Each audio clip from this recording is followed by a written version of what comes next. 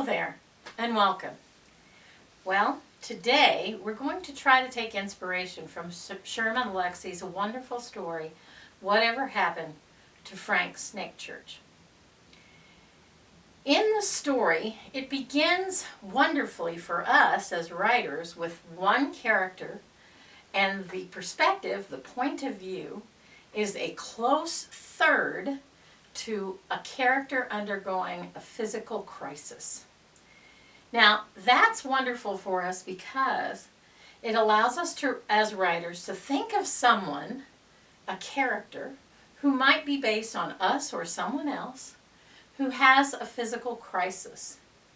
And then we take a third person point of view, a close third, to that crisis. Now, what do I mean by close third? In the Snake Church story, he does, the narration is not, I had a heart attack on the trail. It is, Frank had a heart attack on the trail. He felt these things. He fell down. He laughed. He thought about his indigenous nature.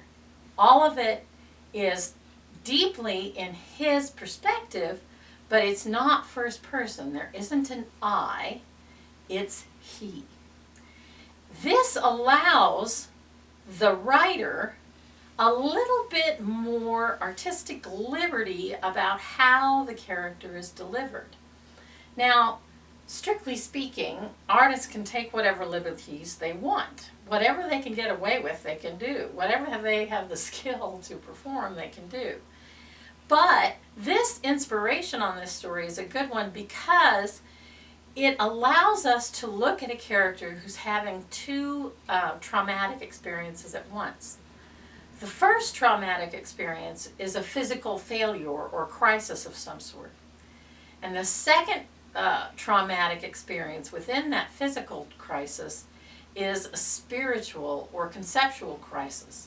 And that's what Frank Snake Church is having, because Frank does not believe in spirits or visions or anything like that, but he suddenly is thinking in those terms about a spirit, about a vision, and about his responsibility in response to those things.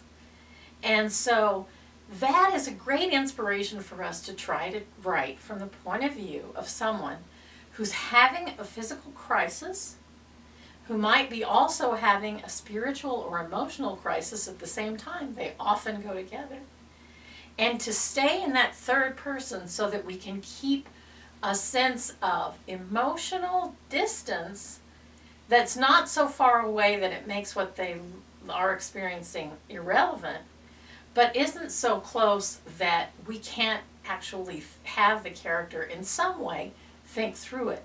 By choosing the close third point of view, the character can still think, even though we might say, yes, but somebody who is actually experiencing something like a heart attack, he wouldn't have a normal thought pattern. His thought pattern would be like really scattered and confused and troubling. And so by choosing close third rather than first person, the narrative can be more controlled and more carefully crafted. So that's it. Let's give it a try. Let's pick a character that's going through a physical crisis, or spiritual, or both, and tell that experience from a close third point of view. Good luck with it, and that's it for today. I hope you have a glorious rest of the day, and I hope you see me again. Gorgeous people.